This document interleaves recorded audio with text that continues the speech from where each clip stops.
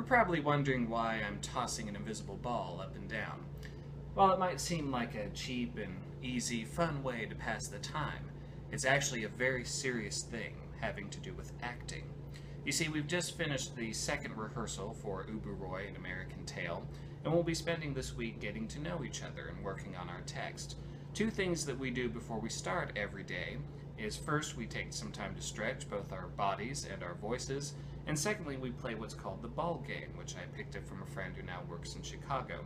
This is where we pass an invisible ball back and forth amongst ourselves.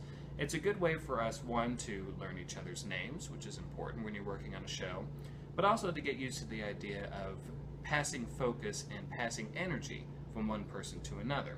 It's really important when you create a good ensemble and when you devise that you learn to collaborate together and really build off of each other, even without speaking at times, just based on a look and on a movement.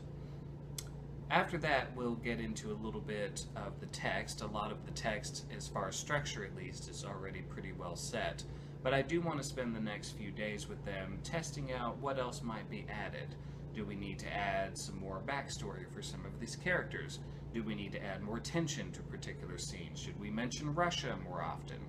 So that's what we'll be doing. We'll be testing the structure and we'll be adding in a few jokes as well. We've already got quite a few running jokes going on, some thwarted musical numbers, references to pop culture such as Mean Girls, references to old political issues like Monica Lewinsky. This cast is pretty great, I have to admit, and I think they're going to make for some really excellent, really funny stuff when it comes down to it. My next update will actually be coming from several thousand miles away. I'll be in Romania, so we'll be taking a little bit of time off from rehearsal. And yeah, you'll hear a little bit about the scholarly presentations I'll be giving in Craiova.